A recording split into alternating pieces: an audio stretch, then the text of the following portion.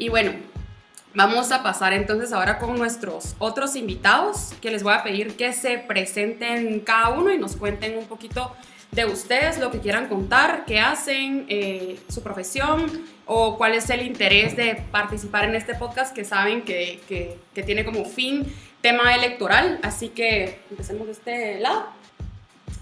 Bueno, hola, ¿qué tal? Mi nombre es María Inés Rivera, soy politóloga, soy analista política de una comunicación que se llama República GT. Y realmente mi interés por participar en un proyecto como Confirmado creo que es súper importante, sobre todo con ahora con el alcance de tecnología que tenemos, con el avance y también la participación en redes sociales. Es muy fácil tener acceso a información falsa y creo que, como bien dice el espacio, pues es necesario un lugar donde podamos confirmar la información. Además que pues en estas elecciones somos un padrón electoral en su mayoría bastante joven y los jóvenes pues, nos movemos muchísimo por redes sociales.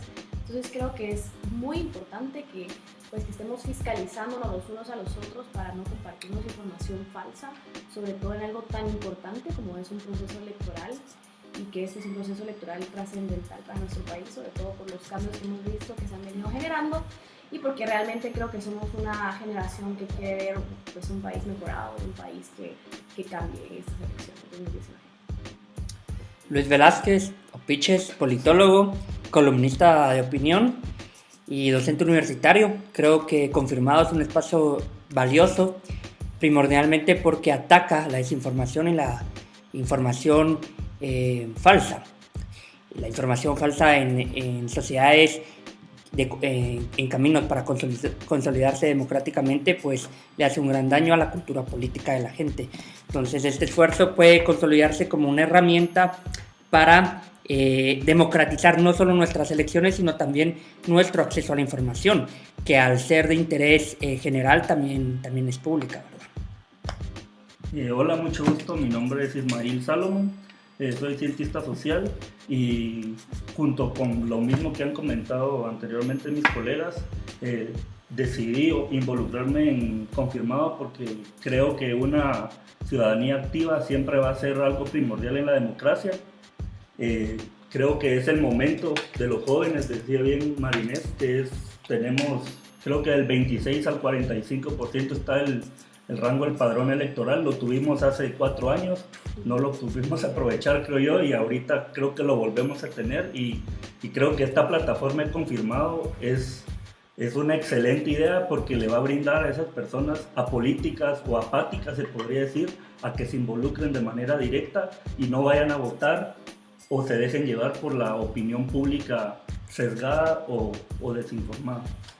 Pues bienvenidos a los tres, gracias por aceptar nuestra invitación de estar acá y vamos a empezar entonces con el primer tema que teníamos en agenda, que es el tema del techo de campaña. Juan Diego. Así es, techo de campaña. A ver, yo voy a tirar un dato y si quieren discutimos alrededor de este dato. El TSE ha fijado en 29 millones el techo de campaña para cada partido político. Debido a que existen 27 organizaciones políticas vigentes, el gasto total de campaña llegará a los 800 millones. ¿Qué piensan, invitados, de este dato? Discutamos alrededor de esto. Bueno, pues yo creo que a comparación de hace 4 años, que está casi el doble, que era 58, 59, creo que la disminución ayuda a fortalecer el sistema electoral. Obviamente hay muchas variables que se tienen que analizar dentro de este techo, porque obviamente tenemos que ver la capacidad del TSE de fiscalizar estos fondos, si es cierto que se va a poder fiscalizar, y creo que ahí es donde se bajó justamente por las pautas publicitarias, que ahora ya no la van a pagar los partidos políticos, sino lo va a hacer directamente el TSE. Entonces es ver la capacidad para mí del TSE en esta fiscalización.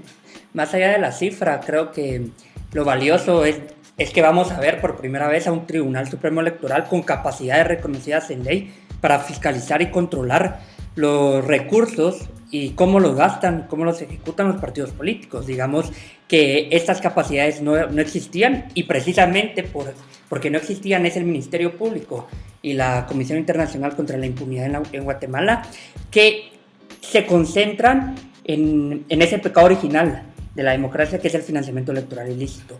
Pues vamos a ver si el Tribunal Supremo Electoral, a raíz de estas capacidades otorgadas, pues da la talla, está a la altura, y considero que también nos abre una puerta para comenzar a discutir de qué forma tenemos que hacer campaña electoral en este país, que esté menos ligada al dinero y que esté más ligada a las propuestas y al interés general, ¿verdad?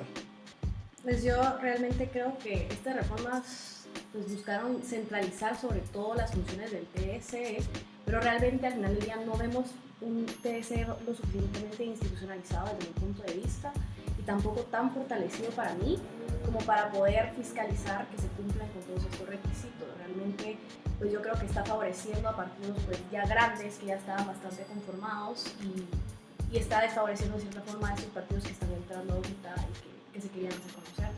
También creo que perjudica de cierta forma a los ciudadanos porque el alcance que va a tener ahorita la propaganda quizás no permita a los ciudadanos informar su voto como lo hubieran podido hacer, pues quizás con mayor propaganda. Sin embargo, yo lo que más pongo en duda es la función del TSE, sobre todo porque hoy estaba viendo que también los partidos políticos ahora pueden presentar una propuesta para la distribución y contratación de propaganda. Entonces me llama muchísimo la atención también a estas alturas, en estos tiempos, ya estamos en medio del proceso electoral, ya faltan que 5 meses para junio, entonces realmente espero que no sea un Tribunal Supremo Electoral dando patadas de ahogado y que realmente pues el tribunal esté lo suficientemente fortalecido para fiscalizar todas estas reformas que se necesitan. Yo no considero que tengamos que hablar de cuánta campaña podamos hacer, sino de qué forma hacemos la campaña electoral. Porque si vamos a seguir haciendo campaña en función de regalos, toallas, camisas, pues la capacidad de democratizar nuestra cultura política, concientizar el voto, pues va a seguir siendo mermada, ¿verdad? Hay que considerar que es la primera vez que la brecha de desigualdad en las condiciones de competencia electoral se va a reducir, porque la campaña mediática ya no va a ser agresiva, y la única que sí va a seguir siendo agresiva es esa campaña de tierra. Pero insisto, más allá de qué tanta campaña se hace, hay que ir evaluando la forma e ir estableciendo criterios mínimos éticos de cómo llegar al votante, ¿sí? Porque de otra forma la desinformación, las acusaciones, los regalos, el dinero a cambio de obras públicas después van a seguir siendo lo primordial, más allá de qué capacidades les demos al tribunal o más allá de las reglas que vayamos aprobando progresivamente para institucionalizar nuestro sistema de partidos. Sí, saben que, esto es opinión muy personal, pero ¿qué me gusta a mí de estas elecciones? Y veremos si se cumple lo que yo pienso. Justo como Marinés decía, que pues, se va a reducir la propaganda, pero pienso que estas elecciones van a depender más de los ciudadanos, de cómo nosotros nos comuniquemos con nuestros círculos y de cómo nosotros hablemos de los candidatos, de los partidos, cómo nosotros transmitamos esa información. Quiere decir que vamos a tener más responsabilidad y tal vez ya es hora que los guatemaltecos tengamos un poquito más, los ciudadanos guatemaltecos, los ciudadanos a pie, tengamos un poquito más de responsabilidad en nuestras manos y no solo nos comamos todo lo que sale en la propaganda.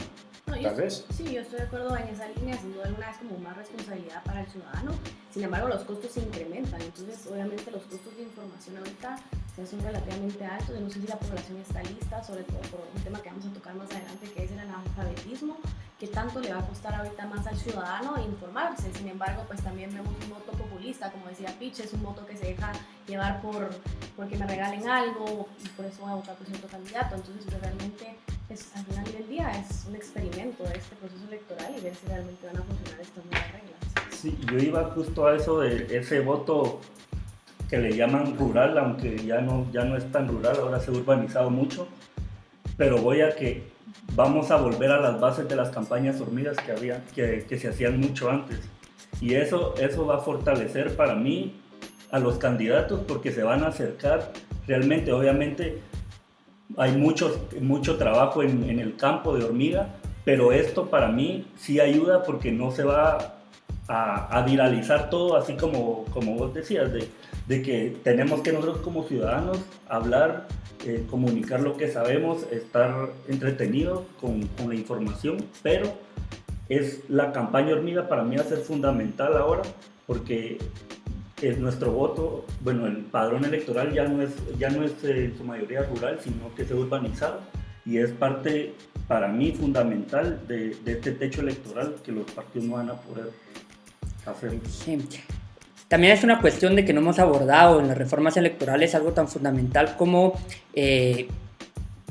regular de una forma más efectiva las fuentes de financiamiento privado, porque cuando el financiamiento electoral privado es agresivo, es millonadas, que hay desigualdad porque algunos partidos reciben mucho dinero mientras otros no tienen la misma oportunidad de agenciarse de ciertos fondos, pues lo que vemos es una política no acercada a la gente, sino acercada a los financistas.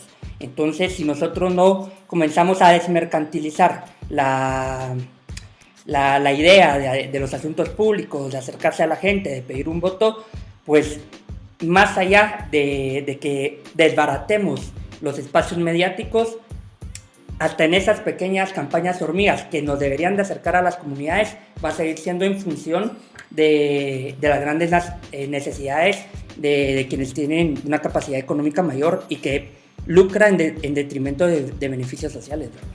Sí.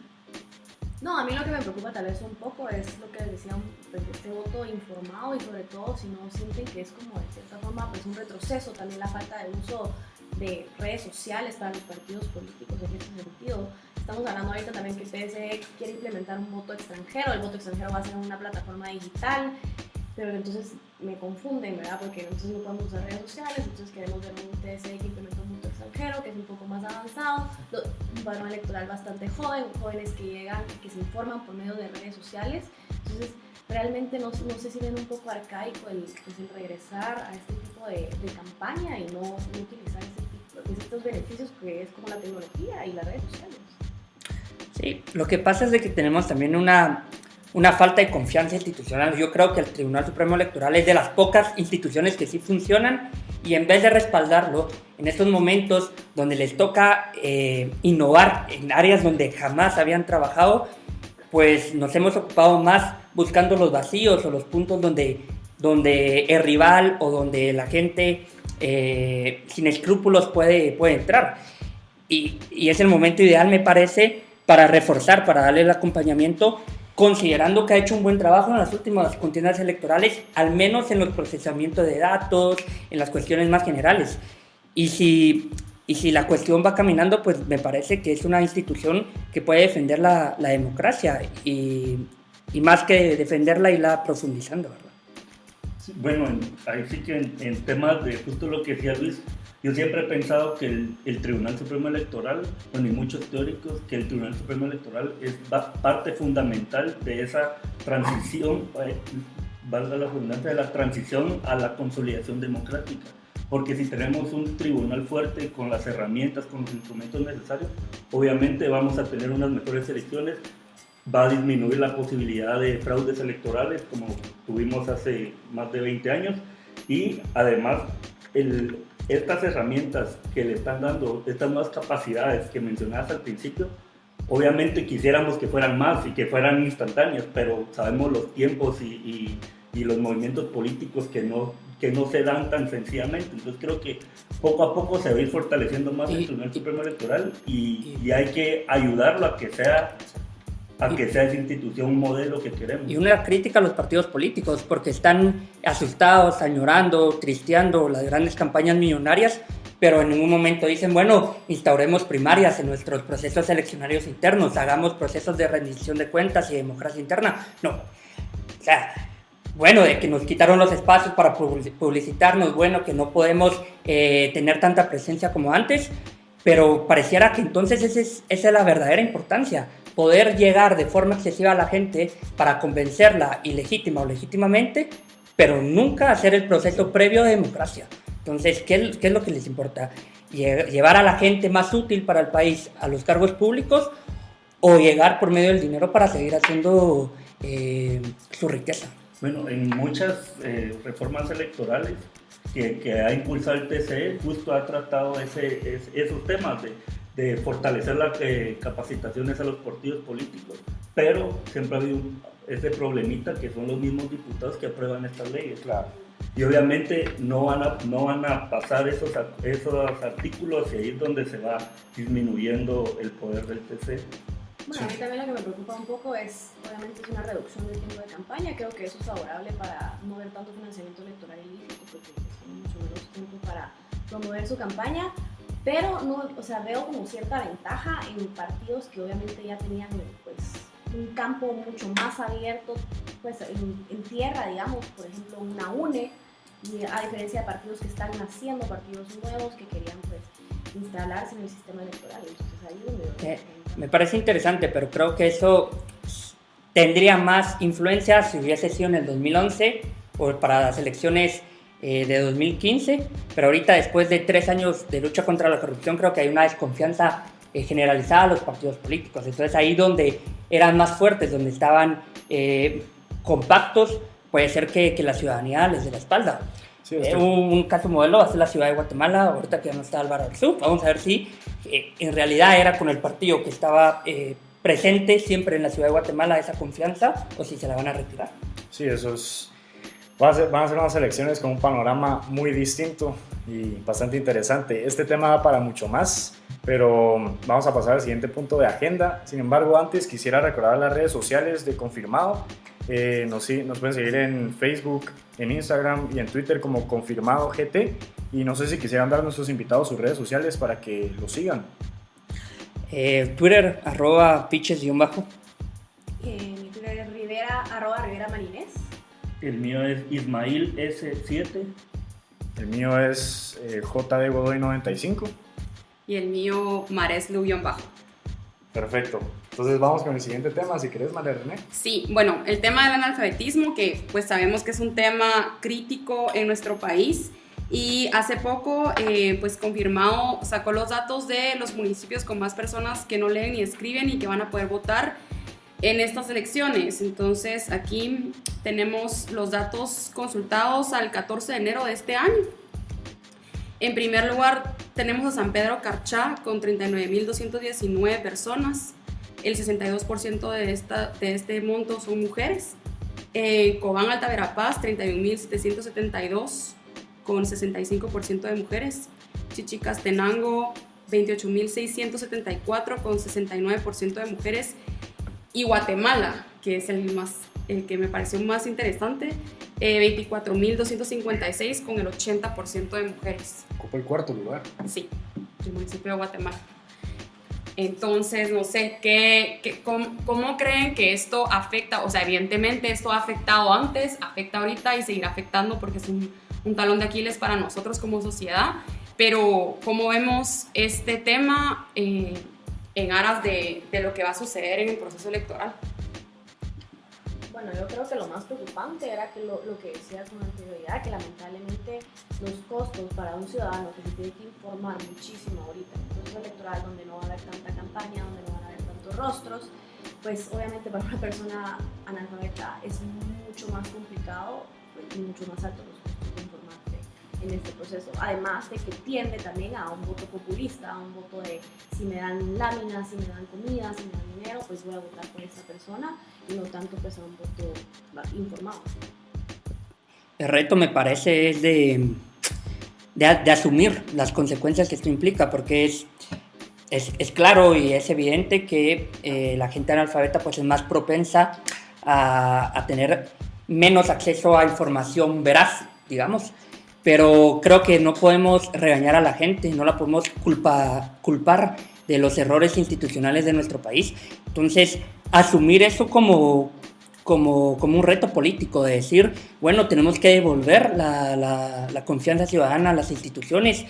Con Alfa, por ejemplo, era algo que sí funcionaba, que daba resultados, no siempre los que esperábamos, ni los grandes resultados que debería de tener un país en vías de consolidación democrática, pero que digamos que generaba y que no era a la postre como otras instituciones que se han dedicado a saquearse internamente, ¿verdad? Entonces, más allá del regaño, más allá de culpar, es que si queda tal presidente es por culpa de los que no nos informan, es culpa de los que... de culpa de la gente analfabeta, pues responsabilizar a las personas que están candidateándose y hacerlas responsables de que eso siga sucediendo y que y que se les vota precisamente para que cambien esa realidad. Entonces intentar tal vez discursivamente cambiar la mirada, en vez de que vaya a ser culpa de ellos, va a ser nuestra culpa por no responsabilizar a tal manera a los candidatos para que cambien las realidades de esta gente.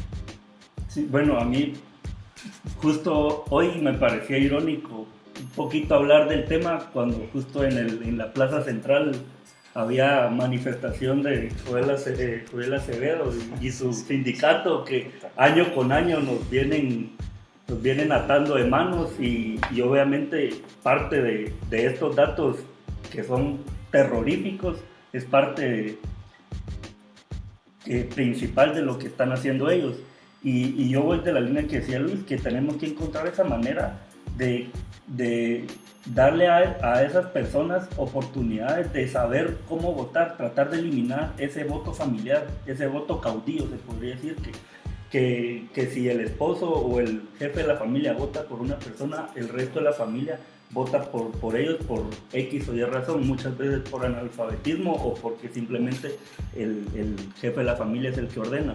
Entonces creo que es fundamental para mí que se aborden y exijamos a los candidatos que aborden y que no excluyan, porque creo que, bueno, a los candidatos, incluso también al TCE, que den las herramientas a estas personas para que aprendan y sepan cómo votar, por quién votar. Obviamente es elección personal, pero es darle las capacidades a estas personas y exigirle al mismo tiempo a los candidatos.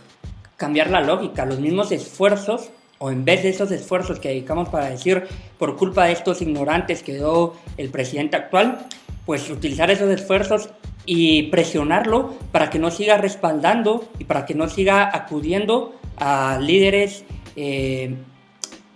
tan bagres como Joel Acevedo, que erosionan las instituciones, que utilizan a los maestros para fines ilícitos y legítimos. Entonces creo yo que esos esfuerzos que miramos para reprocharle al otro, los utilicemos realmente a donde tiene que ir, que es a los servidores públicos, a las autoridades, quienes son las responsables de que este círculo vicioso del analfabetismo, la desigualdad, la pobreza se siga reproduciendo, ¿verdad? Sí, yo creo que también en esa línea creo que es un llamado de atención también para los candidatos, para poner en sus agendas temas que son de gran importancia, porque al final del día pues hablamos de pactos colectivos y realmente los pactos colectivos podrían no ser malos si están regulados bajo una buena ley de servicio civil, por ejemplo, ¿verdad? Y también cómo erradicar un problema como ha sido Joel Acevedo en el sistema de educación, que también ha sido terrible.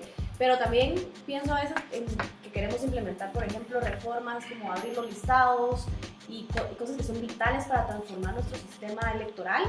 Y realmente abrir los listados implica informar a la población, apoyar a la población en que entienda cómo va a funcionar, por ejemplo, estas nuevas listas que nos van a acercar mejor a nuestro candidato.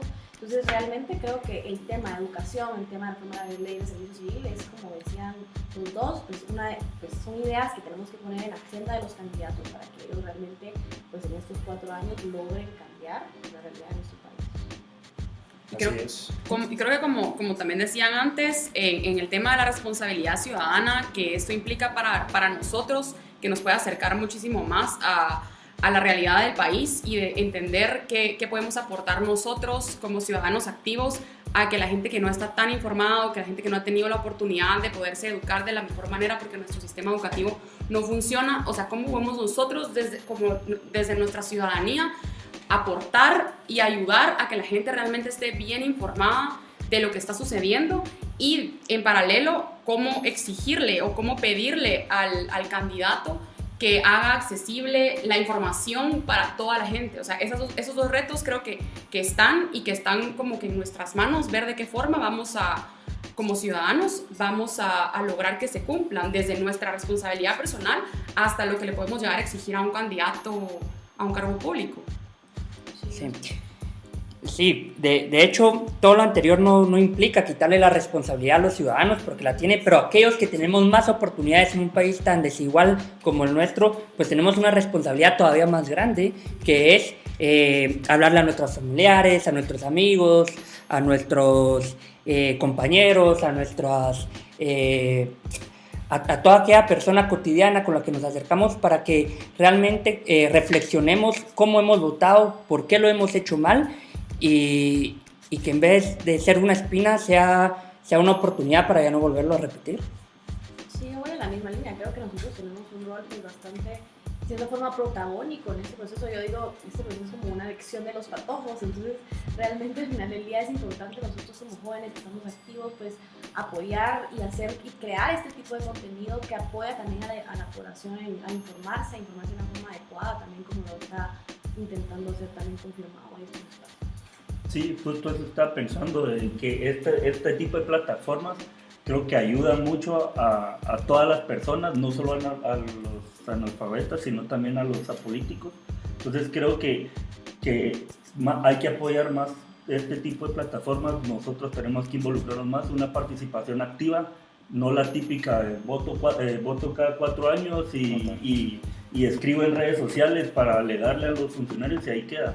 Lo que hay que tratar de involucrar a todas las personas y empezar a pensar en estrategias de cómo abordar y cómo eliminar ese 22% del padrón electoral que es analfabeta, porque creo que disminuyendo esa base, obviamente siempre he pensado que la educación es parte fundamental de un país y porque va ligado a todo. Si no tenemos educación no vamos a lograr absolutamente nada y obviamente tenemos más de, que son 19 años en un proceso de consolidación democrática. O sea, y no vemos avances y es parte por este tipo de problemas de analfabetismo, de salud y todo, que la consolidación democrática no avanza a un proceso de ¿cómo se podría decir? De democracia ya dura, se podría decir, establecida. Sí, bueno, los jóvenes tenemos que dejar ese activismo de sofá que tal vez ha caracterizado a muchos en estos últimos años. Y bueno, así terminamos este episodio. Gracias Ismail, Marinés, Piches por acompañarnos, Luis también, Luis Azardo, gracias. Nos vemos entonces en el próximo episodio. Y bueno, sin más, María René. Yo creo que en las próximas ya vamos a empezar a hablar de los binomios consolidados y demás, ¿verdad? Sí, es cierto, por la fecha ya vamos a tener a todos proclamados, ¿verdad? Sí. Bueno, va a estar interesante entonces. Muchas gracias por escucharnos y nos vemos dentro de 2 sábados. Adiós.